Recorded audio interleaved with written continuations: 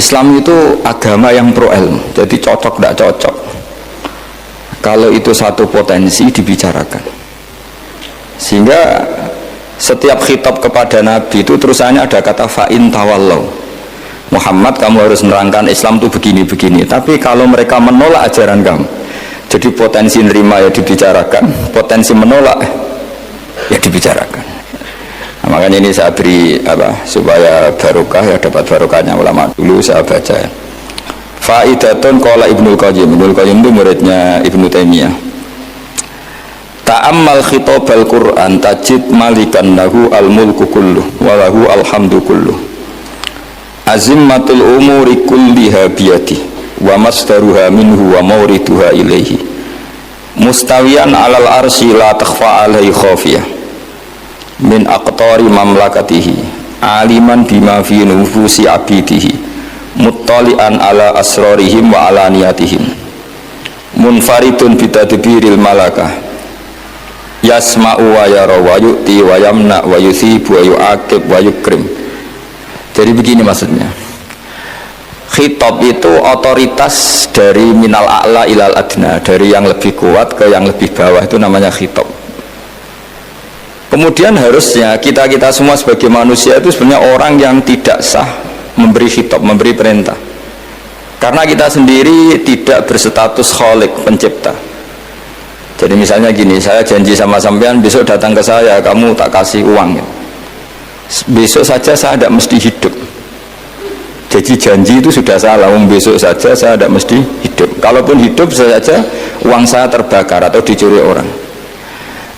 Maka di sini dibutuhkan otoritas khitab, harus diberikan zat yang punya otoritas penuh, yaitu zat yang nggak akan mati, yang nggak akan lumpuh, yang nggak akan mengalami satu gangguan sosial. Sebab itu dalam pandangan ulama tafsir itu punya akibat, saya ulang lagi, punya akibat bahwa hanya Allah yang berhak memberi khitab. Sehingga saking kerennya Allah itu bisa khitabun lil ma'dum. Ini di sini nanti ada contohnya. Sesuatu yang enggak ada kemudian Allah bilang kun menjadi ada. Sehingga Allah itu enggak bisa dibantah, enggak bisa ditentang, karena bisa apa saja. Karena asbabul qudrah adalah al-khalqu. Kalau dalam ilmu tafsir, kalau sampean dalam ilmu manusia kan gini, sebabnya melihat itu mata. Kalau dalam ilmu tafsir enggak, yang bisa menjadikan Anda melihat itu menciptakan. Salah lagi ya, jadi kalau dalam ilmu tafsir asbabur ru'yah itu al-khalqu, bukan al-basar. Kalau kamu melihat karena mata, berarti setelah jauh tidak bisa melihat, atau setelah tertutupi tidak bisa melihat. Tapi kalau kamu mengetahuinya karena menciptakan, maka kapan saja bisa melihat. Misalnya gini, saya punya emas 1 gram, kecil sekali 1 gram, saya tanam di dalam Monas, kedalamannya 1 meter.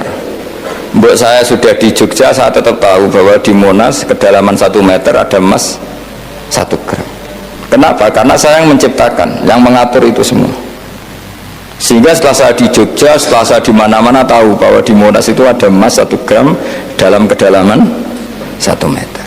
Sehingga Allah ketika mengatakan saya ini zat yang super tahu, itu kata Allah gimana? Ala ya'lamu man khalaqo. Ala ya'lamu ana ta ora ngerti sapa man wong zat khalaqo kang gawe sapa man. Masa orang yang menciptakan kemudian tidak tahu? Jadi awal tahu itu karena menciptakan. Tapi kita sudah lama jadi bodoh karena kita tahunya pakai mata. Sehingga kita mengatakan bagaimana orang buta bisa tahu wong dia buta. Kalau dia yang menciptakan tetap tahu. Tadi misalnya orang buta di kamar mandinya masang paku atau masang apa, dia tahu kalau di kamar mandi saya ada paku. Kenapa kok tahu? Karena yang masang saya. Nah, ini penting saya utarakan supaya nanti itu gampang analisis ayat-ayat berikutnya. Otoritas itu, otoritas khitab itu harus diciptakan dulu. Nah, baru setelah punya otoritas, saya ulang lagi, baru punya hak khitab. Nah sekarang enggak, para raja, para presiden, para dosen, para kiai itu sering melancarkan khitab, sementara dia tidak menguasai apa yang akan terjadi. Makanya Allah mengkritik kabura maktan indawohi antakulu malatafalun. Itu salah besar ketika kamu seakan-akan memegang otoritas pada sesuatu yang sebenarnya kamu itu tidak pernah melakukan, tidak pernah ikut menciptakan. Misalnya contoh nak nurut aku sebenarnya mesti uripmu kepenak. Otoritas itu dari siapa coba? Urip kepenak ya di luar wilayah kita, kehidupan besok juga di luar wilayah kita. Sampai kita kalau mau ke kuburan itu panduannya Nabi gimana kalau berdoa? Apa? Assalamualaikum daro qaumim mukminin wa inna insyaallahu bikum lahikun. Salam untuk kalian semua dan kita insya Allah suatu saat akan bertemu, insya Allah. Padahal mati itu adalah satu keharusan. Tapi kalau yang di kuburan itu orang mukmin, kita tidak ketemu lagi sama mereka jika kita mati kafir, karena nanti tempatnya beda. Yang satu alamatnya surga, yang satu alamatnya neraka. Maka kata ulama, kata insya Allah di situ adalah kita masih berharap mati dengan status yang sama, sehingga bisa ketemu. Jadi itu artinya gini, di selain Allah itu bilang janji, bilang khitab itu nggak sah. Dulu kan Nabi Muhammad SAW itu saking yakinnya setiap problem itu ada malaikat Jibril datang, saking yakinnya. Suatu saat ada orang Yahudi tanya, Muhammad kalau kamu Nabi betul, beritahu kami tentang Dzulqarnain, beritahu kami tentang Ruh, beritahu kami tentang Luqman Al-Hakim. Nabi karena reputasi hariannya dipandu Jibril bilang, ya udah besok datang lagi ke sini tak jawab. Ternyata Jibril nggak datang, padahal semua ditunggu lama nggak datang sampai ratusan. Padahal yang tanya orang Yahudi yang sukanya bully Nabi, lama nggak datang. Lama-lama protes, Jibril ini gimana, saya dalam keadaan tertekan malah tidak datang. Datang Jibril dengan tanda kutip nyalahkan, yaitu ada ayat wala taqulanna li syai'in inni fa'ilun dzalika ghadan illa ayasha. Jangan katakan besok bisa melakukan sesuatu tanpa mensandarkan itu semua kepada kekuasaannya Allah Subhanahu wa ta'ala. Akhirnya semenjak itu Nabi mensyariatkan kalau kamu janji harus mengatakan insya Allah.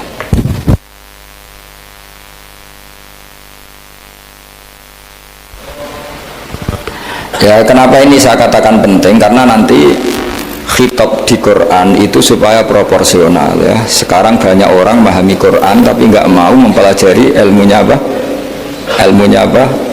Quran. Termasuk ilmunya Quran tadi ya, ada 3 ingat ya.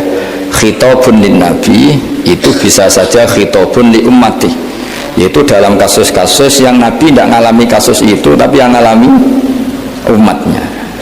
Nah kenapa khitabnya tetap kepada Nabi? Karena bisa komunikasi dengan Allah itu hanya Nabi. Makanya bisa dilihat di ya ayyuhan nabiyyu itu mufrad muzakkar. Nabi Muhammad itu satu orang yang berstatus lelaki. Kemudian idza talaqtum itu kalian semua. Harusnya kan kamu, karena dari satu orang ke satu orang. Tapi ini enggak. Wahai Nabi, jika kalian umatmu gitu. Jadi karena yang alami tolak itu umatnya. Terus kedua khitabun lin nabi, dan yang dimaksud itu memang Nabi, kayak sholat tahajud. Sholat tahajud itu sholat yang memang untuk Nabi, karena tahajud yang menjadikan punya hak syafaat itu hanya Nabi. Sehingga ketika ulama, Nabi itu wajib tahajud, tapi kalau umatnya hanya sunat tahajud. Jadi Nabi itu termasuk ya kelebihannya sekaligus bebannya wajib apa? Tahajud. Tapi bagi umatnya sunnah. Kenapa? Karena Nabi ingin sekali punya hak syafaat. Kemudian sama Allah diberi instruksi, diberi syarat wa minal laili fatahajjat bihi nafilatallak asa ayyab'atsaka rabbuka maqama mahmuda. Muhammad, kalau malam kamu harus tahajud supaya kamu nanti diberi hak syafaat. Itu kalau umatnya tahajud nggak boleh sampai diteruskan ayat-ayat ayat asal, karena kamu tidak punya hak syafaat. Disyafaati saja tidak mesti. tapi Nabi harus tahajud supaya punya hak apa? Dan perlu dicatat syafaat itu hadisnya sahih semua, di Bukhari ada, di Muslim ada. Cuma orang berlebihan cara menolak syafaat atau mengimani syafaat. Ada yang berlebihan mengimani sampai tidak pernah ngamal baik, mentang-mentang nanti dapat syafaatnya Kanjeng Nabi. Ada yang nggak percaya syafaat, itu ya kebablasan juga. Padahal itu ada di hadis sahih semua cerita syafaat. Itu khitabun Nabi, dan yang dimaksud memang Nabi. Sehingga umatnya tidak wajib tahajud, tapi Nabi wajib tahajud. Terus ketiga, khitabun lin Nabi sekaligus khitabun li ummati. Itu yang dimaksud di hadis Arba'in Nawawiyah. Wa inna wa ta'ala amaral mursalin bima amaral bil mu'minin, atau dibalik amaral mu'minin bima amaral bil mursalin, dibolak-balik sama. Yaitu para nabi ya dikhitabi memakan sesuatu yang thayyibat. Para orang mukmin juga kena khitab memakan sesuatu yang apa? Thayyibat. Ini sama. Jadi ya ini ada tiga berarti ya, khitabun lin nabi, tapi yang dimaksud umatnya. Khitabun lin nabi yang dimaksud adalah nabi saja.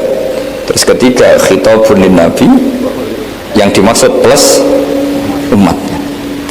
Nah, kajian seperti ini penting.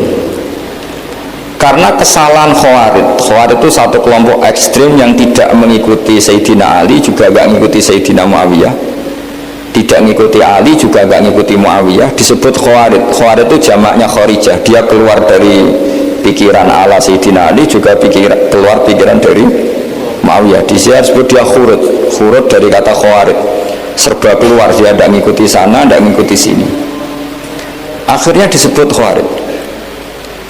Nah, Khawarij itu orang yang berpikir sesuai kritik yang dilakukan Quran, tapi mereka lupa bahwa yang punya otoritas kritik itu Allah. Karena yang kalau boleh sama-sama terganggu, kerajaannya itu hanya Allah. Gini saya beri contoh ya.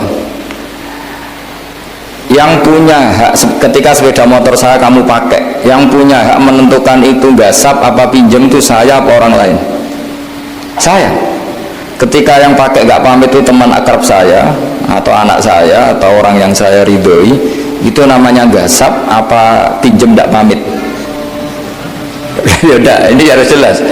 Tadi pagi saya ngaji direktorat, saya bilang di fikih itu ada istilah ulima ridhohu, sesuatu tidak pamit formal tapi sudah diketahui ridhonya. Makanya di fikih ada bab namanya mu'atoh, tadi pagi saya terangkan ya. Di perdebatan fikih itu ada bab namanya apa? Mu'atoh. Mu'atoh dari kata ato yu'ati, mu'atotan, saling transaksi yang non verbal tapi maklum. Ya seperti kalau kamu marung gitu contohnya, kalau kamu marung di kantin terus makan gedang goreng, itu nyuri apa beli? Coba jawab aja. Kalau dikatakan beli kamu belum bayar, kalau dikatakan nyuri terang-terangan. Coba kalau mbak-mbak milih mana, itu nyuri apa beli? Kalau beli belum bayar, kalau nyuri kok terang-terangan ya. Nggak nyuri apa beli?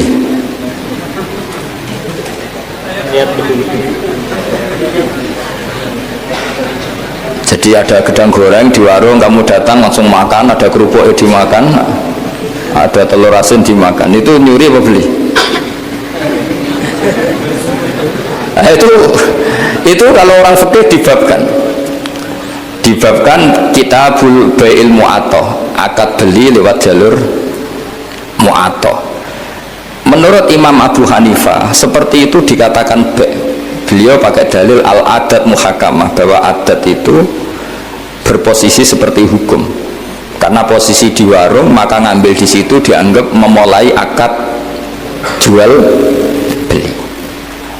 Tapi karena ini sesuatu yang potensi masalah, Imam Syafi'i mengatakan itu enggak baik, enggak sah. Karena nanti kalau asumsi kamu gedang goreng itu 1.000, ternyata diregani 5.000 kan mangkel. Nah itu, resikonya di situ, ya kan? Tapi kalau misalnya itu dikatakan, makanya Imam Syafi'i mengatakan itu profesional. Itu namanya ghormu. Ketika Anda bayar 5.000, itu namanya tebusan kesalahan. Jadi Imam Syafi'i melihat itu tidak jual beli, tapi tebusan kesalahan.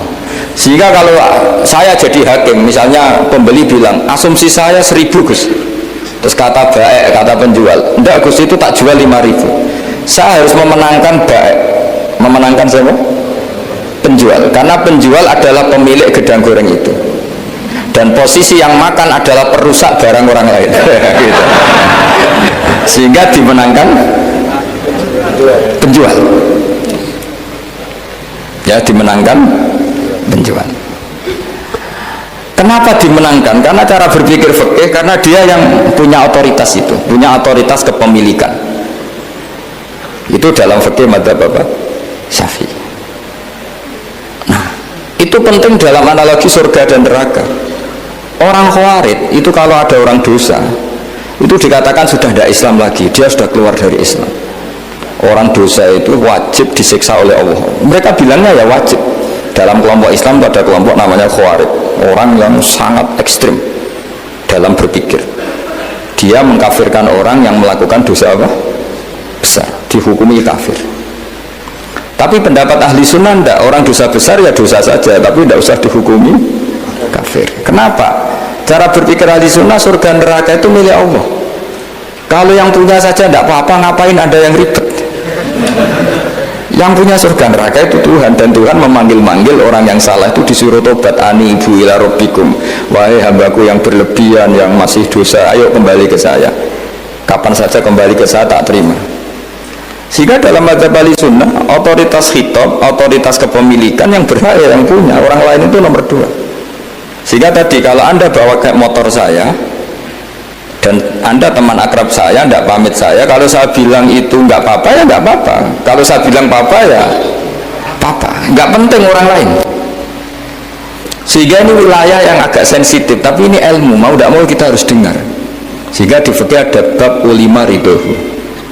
Misalnya ada orang makan gedang goreng di warung terus ditangkap Pak polisi, wah ini pencurian, mesti bakulnya nggak terima, enggak pencurian, memang tak jual. Nah, yang kasus begini, ini yang kasus, ini mungkin kasusnya anak-anak yang masih kos atau masih mahasiswa. Warung kantin dijaga ibu-ibu, ada anak makan lahap, dikira belinya cash, setelah dimakan ternyata akadnya utang. Nah, itu pertanyaannya itu halal apa enggak?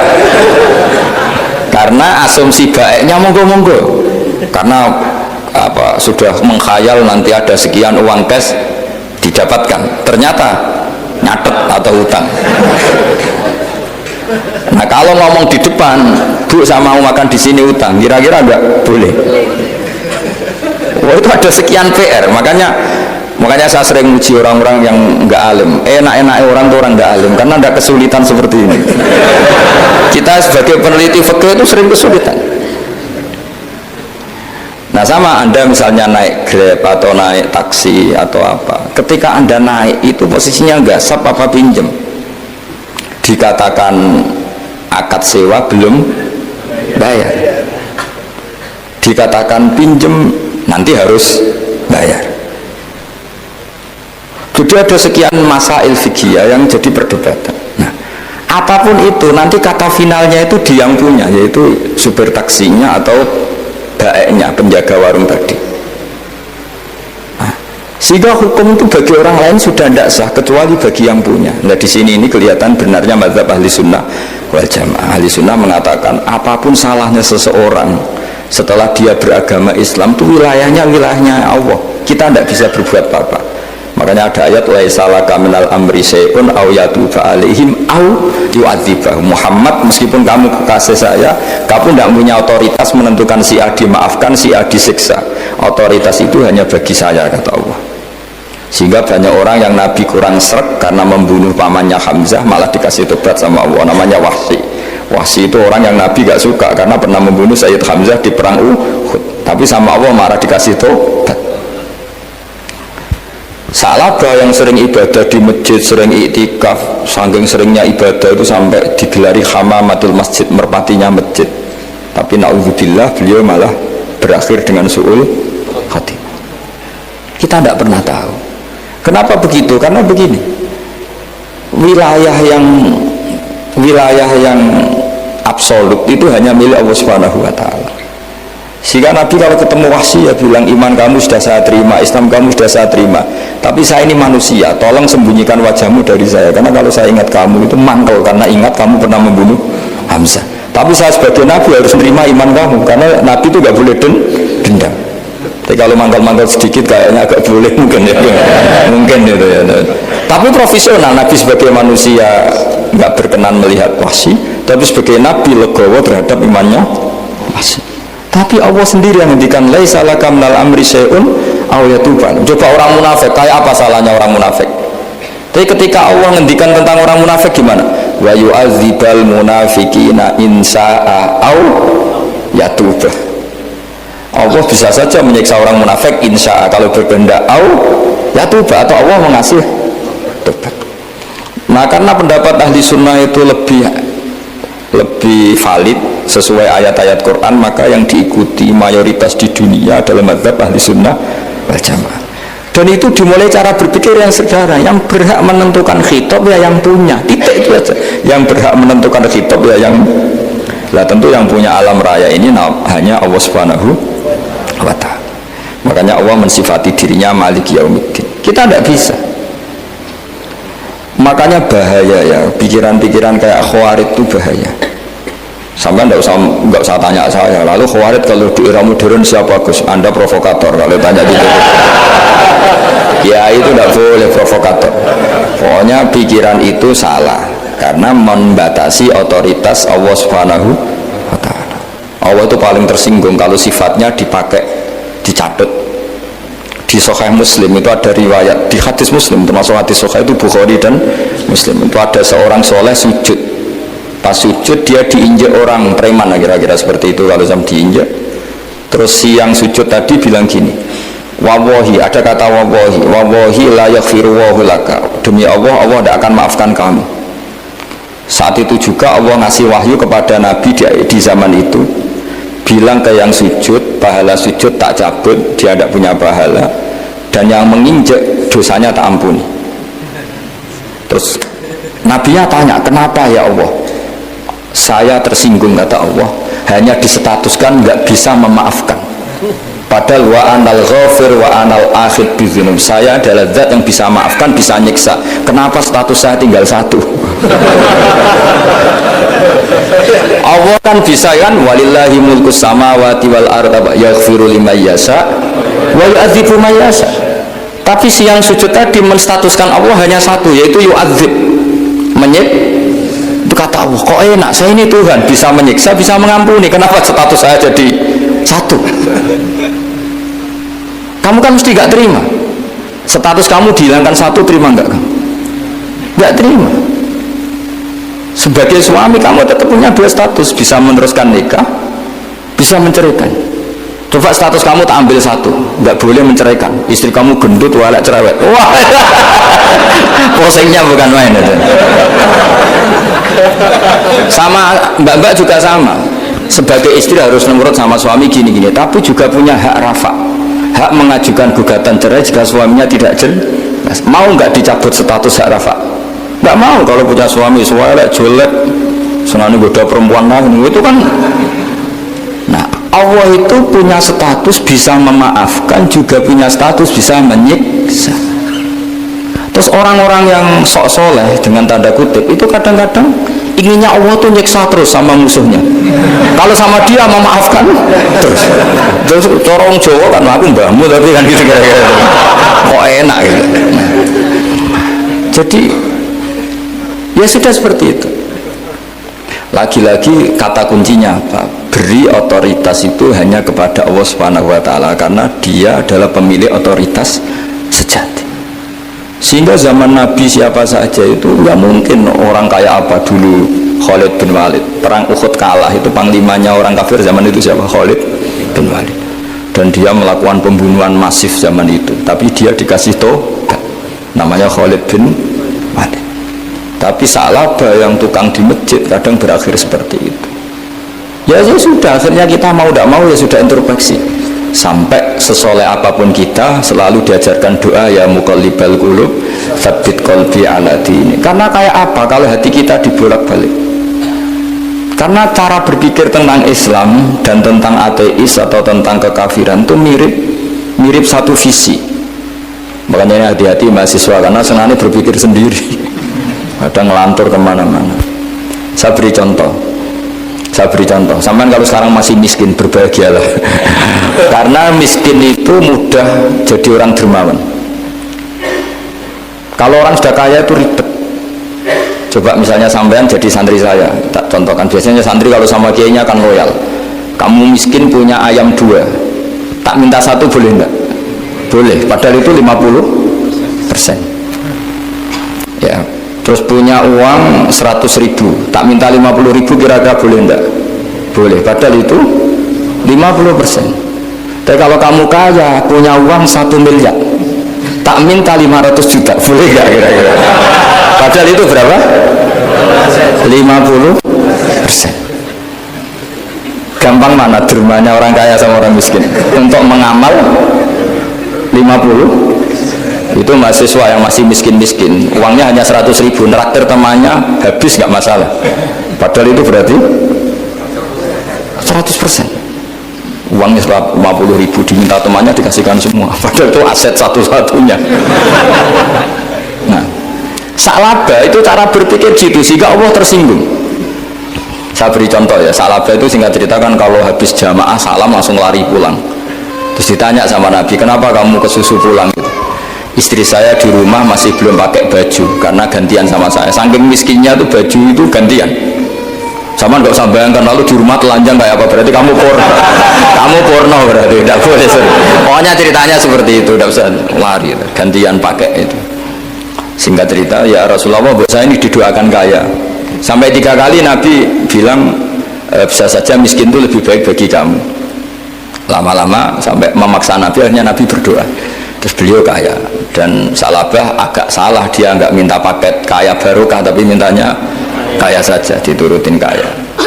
Pertama punya kambing di pegunungan ya, kalau di Arab itu kan kambing diletakkan di Jabalen, Mabinal Jabalen, di antara 2 lembah itu 40 sampai 80 sampai 4.000.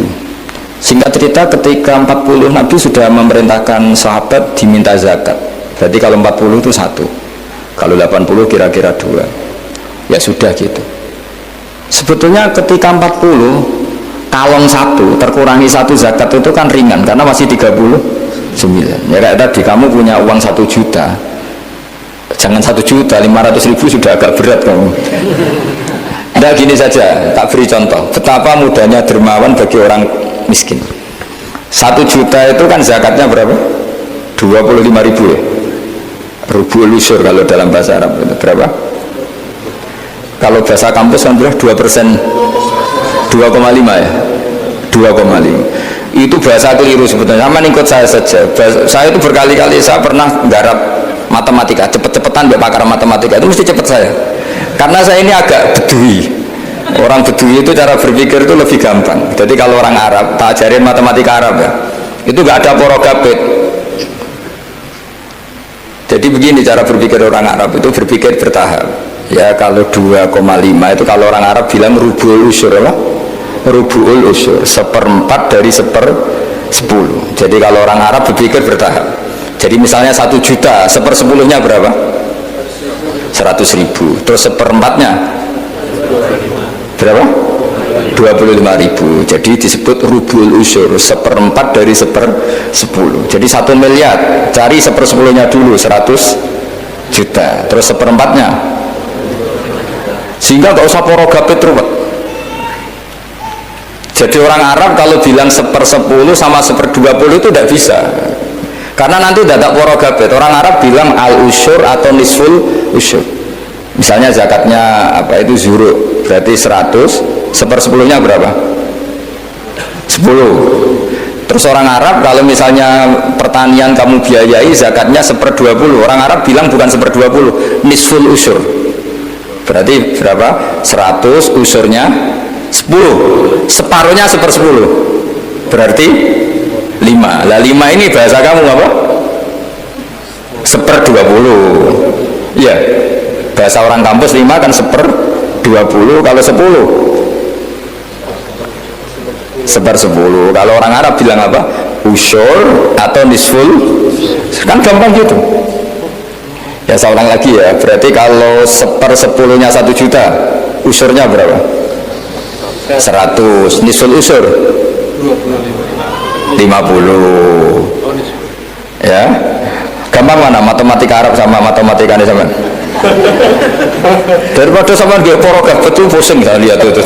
Ya sudah gitu aja, pokoknya diusurkan semua. Orang Arab kalau bilang tuh diusurkan semua, berarti 1 juta. Misalnya zakat mal kan 2,5, berarti 1 juta usur dulu, berarti 100.000. Lah zakatnya itu rubul usur 1/4 dari 1/10. Ya di 1/10 dulu, berarti 100. Habis itu rubul usur 1/4 dari 1/10, berarti nah, jadi gampang aja, 1 juta tulis saja langsung 100.000 usur, terus 1/4-nya 25. Gampang mana?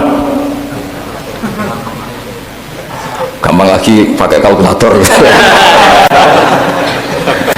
Nah sekarang begini, kira-kira kalau kamu punya uang 1 juta diminta zakat 25.000, enteng nggak?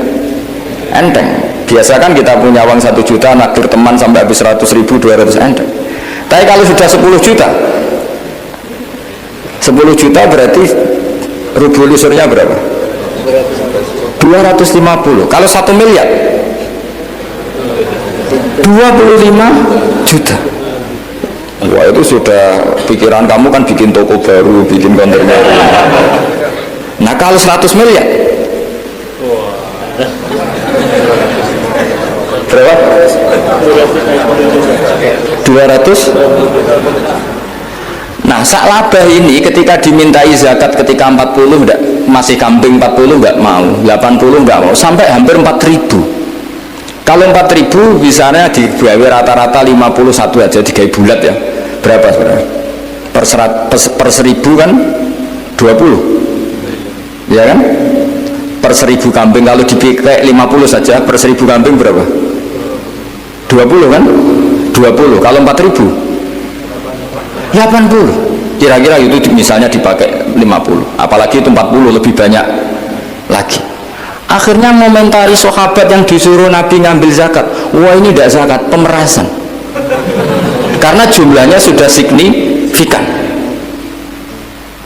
Maka kalau kamu ingin dermawan sekarang, itu bisa dermawan 50%. Yaitu punya 2 ayam kurus lagi. Diminta masjid untuk syukuran, bawa aja. Punya kambing kurus 2. Nah, kamu hanya itu, ada panitia masjid minta sumbangan, kasih aja 1, sudah ngamal 50%. Tapi kalau punya sapi limusin 2 yang per 1 harganya 70 juta, kalau diminta 1 kan nilainya tetap 50%. Gampang mana orang miskin sama orang kaya ngamal? Orang miskin. Terus kedua hebatnya orang miskin itu, kalau ngamal itu dramatis. Betul. Jadi makanya kenapa Nabi suka orang miskin. Loh, saya pernah ditanya, saya ini punya teman yang kaya raya, dia biasa ngamal 1 miliar 2 miliar. Dia nggak terima sama fatwa saya, Gus kenapa Anda pasti muji orang miskin? Ngamalnya tuh banyak saya sekali ngamal bisa 1,5 miliar. Tapi kata saya, ngamal kamu itu tidak dramatis, tidak seru kata saya. Terus dia tanya, kok bisa Gus? Dia orang kaya, paling ngamal 1 miliar untuk bangun masjid, 1 miliar, 1,5 miliar bangun pondok, 1,5 miliar. Tapi kalau orang miskin, misalnya tukang beca, orang miskin kan pasti kawannya orang miskin. Kan nggak mungkin orang miskin utang Abu Rizal Bakri, utang Yusuf Kala, kan nggak mungkin. Kenal saja enggak. Orang miskin kan utangnya sesama orang miskin. Itu pasti itu kan hukum sosial. Ya. Nah ternyata itu hari itu anaknya enggak makan, hari itu istrinya mau kelahiran. Utang sesama miskin, diutangi 50.000. Tapi uang ini dramatis. Kalau hari itu enggak makan mati. Artinya apa? Ada orang ngamal 1 miliar untuk bangunan, kadang aksesoris, yang satu ngutang 50.000 tapi taruhannya nyawa. Nah sekarang menyelamatkan nyawa sama bangunan keren mana? Maka berbahagialah orang miskin, karena komunitas mereka ini utang piutang urusan apa? Jadi ini lebih dramatis ya, lebih dramatis, lebih keren. Makanya utang piutang orang miskin itu paling diabadikan Quran karena lebih keren, lebih keren. Karena nyawa apa? Loh, saya ini kan termasuk kecil sudah kiai agak keren, sudah kiai agak mapan. Itu kalau orang-orang kaya nawarin saya paling Gus nggak ganti mobil, nggak ganti aksesoris mobil itu nggak keren. Al-Nadikan tetap ngamal pun nggak keren. Tapi kalau orang miskin, saya sering kan dengar cerita mereka orang itu ngeri. Kayak cerita yang diabadikan Quran itu, wa yu'thiruna ala anfusihim walau kana bihim khassasah. Itu Nabi mengumumkan saya punya tamu tapi hari ini saya tidak bisa hormat tamu. Ada sahabat yang usul saya, ya Rasulullah, perlu dicatat dulu di Arab itu nggak ada warung, nggak ada GoFood, nggak bisa kamu pesen online terus, nanti delivery gitu nggak bisa.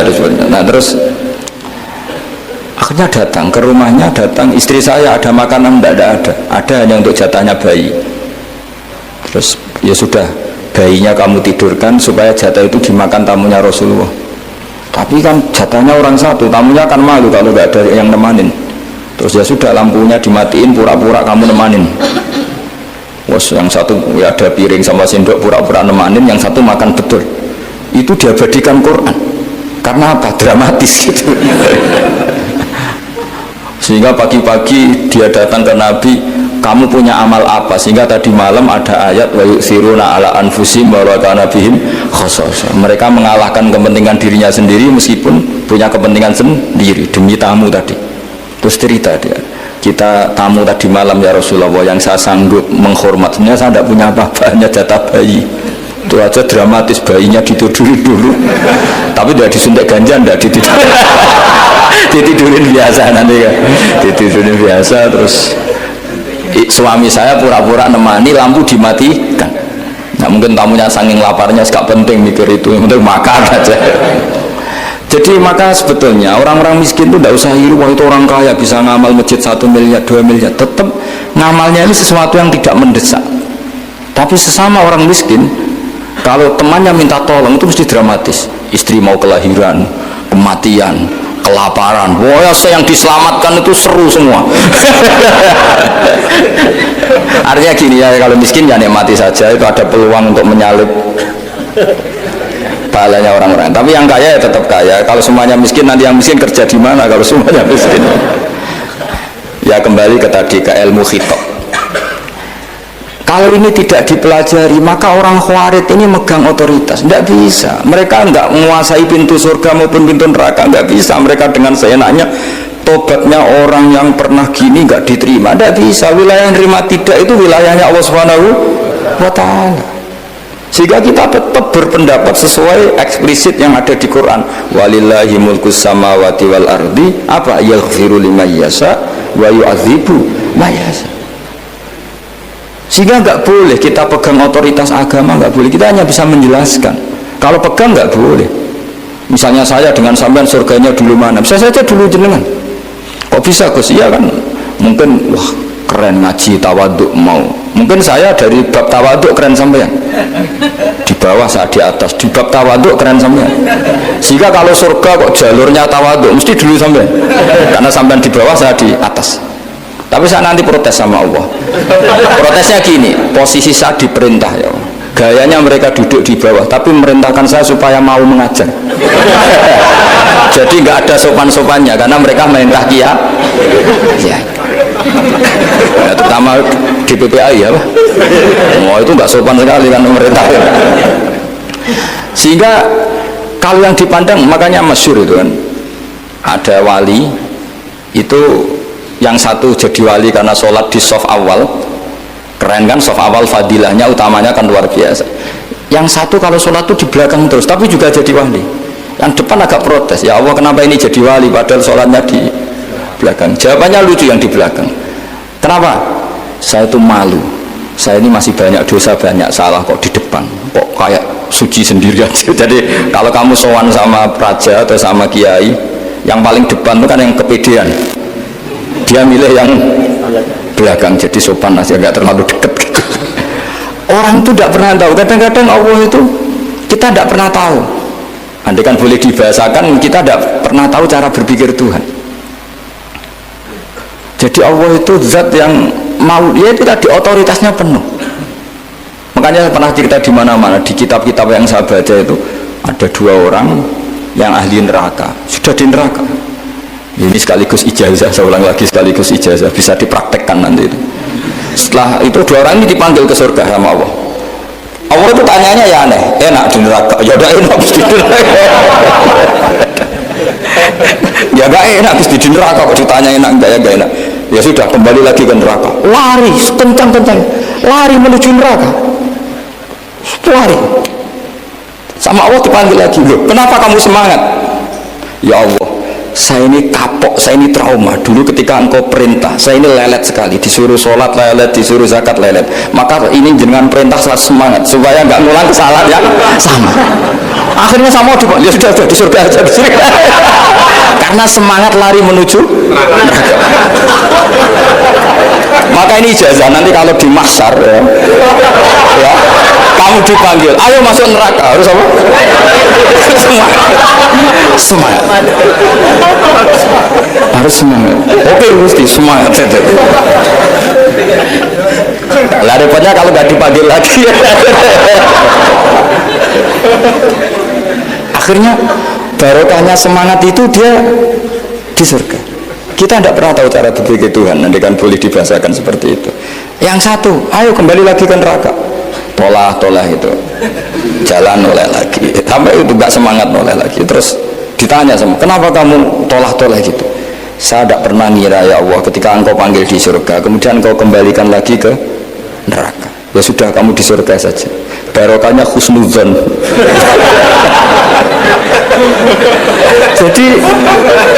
jadi Tuhan itu unik. Makanya dalam tradisi ulama itu ad-dinu ar-riwayah, agama itu riwayat. Sebagian diredaksikan inna hadzal ilma dinun fanzuru amman ta'khuduna dinakum. Agama ini, ilmu ini agama, maka lihat riwayatnya. Karena kita tidak pernah tahu cara berpikir Tuhan. Kita harus mengikuti riwayat yang diutarakan Rasulullah SAW. Karena kita tidak pernah tahu. Kayak tadi ada orang diinjek, kita mesti kan terprovokasi ingin bela yang sujud menyalahkan yang injek. Tapi ketika yang sujud mencatut nama Tuhan, Allah tidak akan memaafkan kamu. Itu Tuhan tersinggung karena sifatnya direduksi satu, diambil satu, disembunyikan satu. Berarti kan dia begini mungkin malah Allah maklumi. Saya tidak akan maafkan kamu. Tidak apa-apa Allah, kan saya kan tidak mencatut namanya Allah. Selama hidup saya tidak akan maafkan kamu. Allah tidak akan tersinggung karena dia sebagai manusia tentu punya dendam, punya rasa mangkal, punya emosi. Tapi kalau ketika bilang Allah tidak akan maafkan kamu, berarti dia mencatut statusnya Allah. Dan Allah disifatkan hanya satu dari sifatnya Allah, yaitu hanya sifat menyiksa. Padahal Allah punya sifat memaafkan. Ini hati-hati bagi orang-orang soleh, orang-orang yang terlalu berpikir keras dalam Islam, nggak boleh seperti itu. Masyhur itu kan, ada satu perkampungan yang sering secara masif terstruktural mau menghabisi Nabi, yaitu namanya kampung Usoyyah, Ro'lan sama Zakwan. 3 kampung ini sering koalisi mau menghabisi Nabi, sampai Nabi sering kunut nazilah, Allahumma an Ro'lan wa Zakwan wa Usoyyat asad Allah wa Rasulah. Sering dipasutkan gitu. Tapi Allah malah menurunkan wahyu, Muhammad, kamu tidak boleh intervensi saya seperti itu. Bisa saja mereka dapat hidayah. Semenjak itu Nabi meninggalkan kunut nazilah. Terus dan sebagian ulama mengatakan itu awal diturunkannya ayat laisalaka minal amri syai'un au yatuba alaihim au yu'adzibahum. Jadi ini sekali lagi-lagi ini bab khitab. Jadi ya seperti kita punya, makanya orang itu tetap dengar ya muqallibal qulub sabbit qalbi ala dini, karena otoritas itu bagi yang punya. Maka kata malik, kata pemilik itu kunci dalam ilmu tauhid atau ilmu tafsir atau ilmu apa saja. Misalnya gini, saya punya rumah. Saya punya rumah yang ruangan depan itu ruang tamu, tentu dapat perlakuan khusus. Sering steril, sering bersih, bahkan dihias pakai bunga, pakai macam-macam. Ruangan tengah biasa, ruangan belakang buat buangan sampah, buat WC, buat macam-macam. Sah apa enggak? Sah. Kenapa? Karena saya pemiliknya. Apa? Karena saya. Tapi kira-kira yang sedang di ruang tamu, tanah yang sedang di ruang tamu yang dimanjakan juga enggak boleh kumau luhur. Bisa saja suatu saat saya rubah pikiran, rumah saya tak balik dari menghadap utara ke selatan, yang dulu WC jadi ruang tamu, yang ruang tamu jadi WC. Langsung perlakuannya rubah 180 apa derajat, 360 derajat. Nah itu yang di sini nih, kenapa orang soleh pun tetap takut sama Allah, karena Allah tuh yaf'alu ma yasha, bisa melakukan apa saja.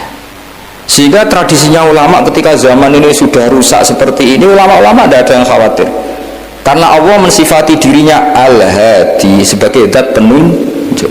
Coba kita sudah nggak ditungguin nabi, nggak ditungguin wali, nggak ditungguin orang-orang soleh dulu, tapi agama itu ya jalan sampai sekarang. Ada orang ngaji, ada orang sholat, ada orang zakat. Andaikan agama itu diserahkan manusia, sudah kita tidak bisa mempertahankan agama ini di zaman seperti ini. Tapi karena Allah itu Al-Hadi, zat yang memberi petunjuk, dan sifat Allah Ta'ala pasti tata'atsaru bi khalqih, pasti ada akibatnya di makhluk. Seperti Allah mensifati dirinya Ar-Razzaq, yang memberi rezeki. Buat zaman buyut-buyut perang dijajah Belanda ya tetap makan, ya tetap kawin. Kadang istrinya banyak, padahal zaman jajan Belanda. Kita nggak dijajah aja susah. Dulu itu bapak kamu istrinya satu atau dua, buyut-buyut kamu banyak yang dua, padahal miskin. Karena Allah mensifati dirinya Ar-Razzaq. Mbok keadaan kayak apa, orang tetap dapat rezeki. Begitu juga Allah mensifati dirinya Al-Hadi. Mbok keadaan dunia rusak kayak apa, tetap ada yang dapat hidayah. Jadi kamu tidak usah khawatir terhadap agama ini, karena Allah mensifati dirinya apa? Al-Hadi, zat yang memberi petunjuk. Kayak apa Amerika, kayak apa Korea. Saya itu pernah di Korea, katanya negara ateis.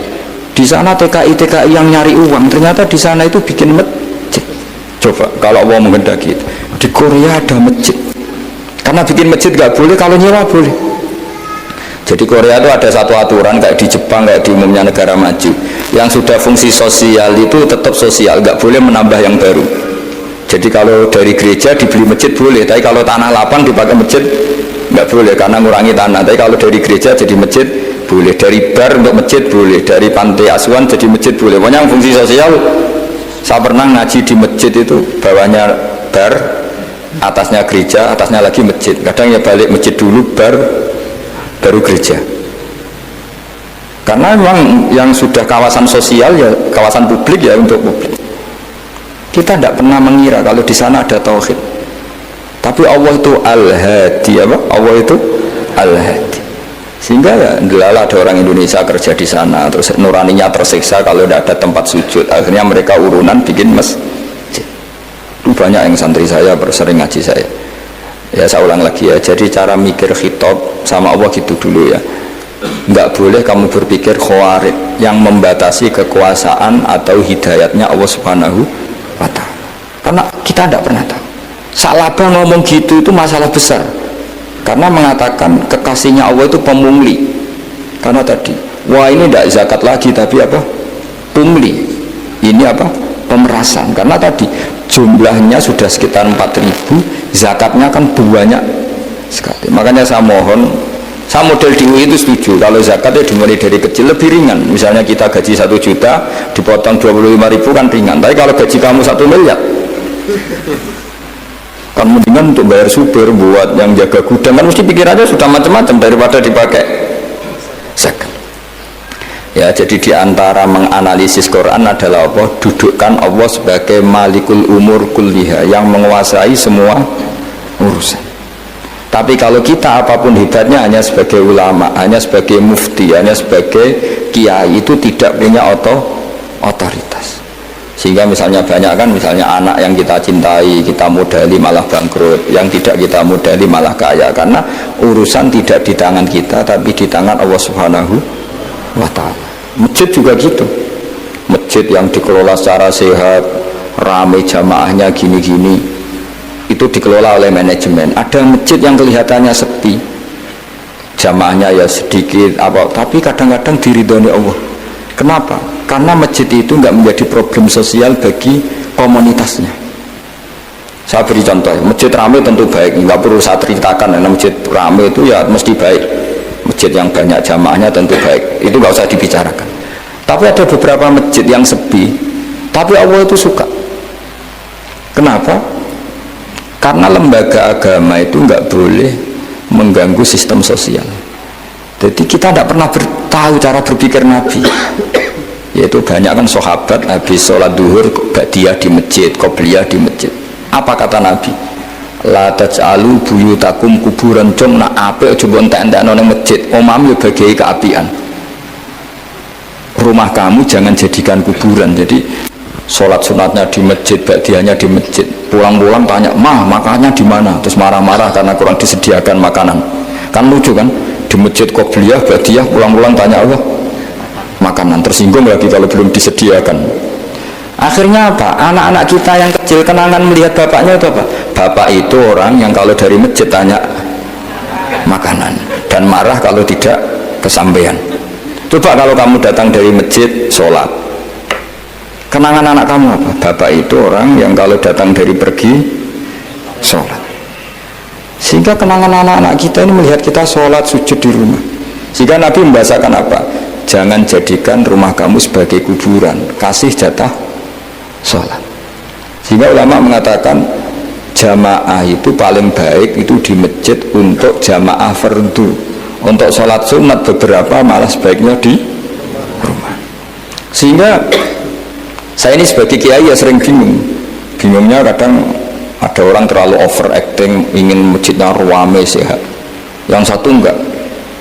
Saya ini sering dipamiti, ya saya akhirnya bingungnya ya barokahnya ngalim itu bingung, kalau nggak ngalim malah nggak bingung karena ya sudah harus gitu.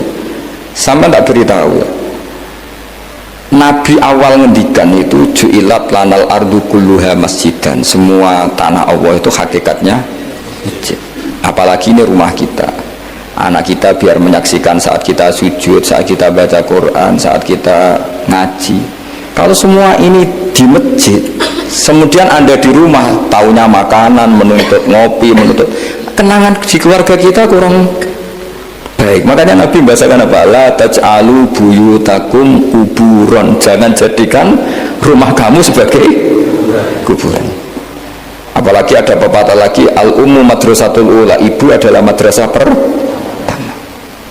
Coba kalau kita ngajarin Quran di rumah, ya tentu masjid ya tetap ada kegiatan, tapi jangan sampai mematikan rumah.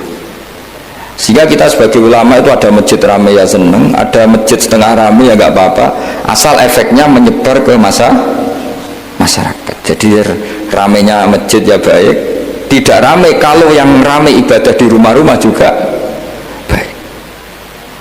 Maka dulu zaman Nabi Musa malah istilahnya waj'alu buyutakum qiblatan wa aqimus sholat, jadikan rumah kamu sebagai kiblat, sebagai tempat ibadah. Coba kenangannya Nabi kalau sholat malam itu di rumah apa di masjid? Di rumah. Sehingga Aisyah punya kenangan sampai hatta waromat qodamau, sehingga tangannya, kakinya Nabi bengkak. Dan Nabi alami saja. Kamu kira Nabi sholat punya kayak anak-anak sekarang kan ada ruang sholat, ternyata hanya dipasang sajadah sama tasbih, nggak pernah dipakai. Kalau Nabi enggak, yang dipakai Sayyidah Aisyah itu ya tempat sholat. Sehingga kata Aisyah, Nabi itu sholat di tempat tidur saya. Kalau Nabi sedang berdiri, kakiku tak selonjorkan. Kalau Nabi sujud, kakiku tak ingkertkan. Ya di tempat Sayyidah Aisyah tidur itu Nabi sholat. Pas berdiri kan berdirinya Nabi lama, Aisyah selonjor. Pas Nabi mau sujud, kakinya diingkertkan. Segampang itu Nabi. Akhirnya apa? Kenangannya Aisyah sebagai istri itu doa-doa tahajud, doa-doa. Coba kalau Nabi tahajudnya di masjid, Sayyidah Aisyah tidak punya kenangan doa-doa apa? Tahajud. Sehingga kita harus ngikuti ngaji. Sehingga kalau nuruti teori ya, sholat itu ibadah, sebaiknya kalau ibadah ya di tempat ibadah. Tidak seperti itu cara pandang. Kata Nabi, semua buminya Allah adalah saksi kita ketika ketemu Allah. Semakin saksi itu banyak, maka semakin baik. Maka kalau sholat sunat, kesunatannya itu pindah-pindah tempat. Tapi ya jangan terlalu habis di sini terus pakai mobil ke sana gitu. Iya, kalau pas di perempatan ada orang cantik nggak jadi diterusin nanti. Tapi ini sama saya cerita ya. Jadi di antara mengkaji Quran itu mengkaji cara Allah membuat khitab. Dan yang kunci semua adalah Allah adalah zat sing otoritatif, malikul umurikul dia, pengendali dari semua. Maka kalau nyifati Allah ya tetap yaghfiru liman yasha wa yu'adzibu may yasha. Jangan pernah mengambil otoritasnya Allah Subhanahu wa taala. Sekian, assalamualaikum warahmatullahi wabarakatuh.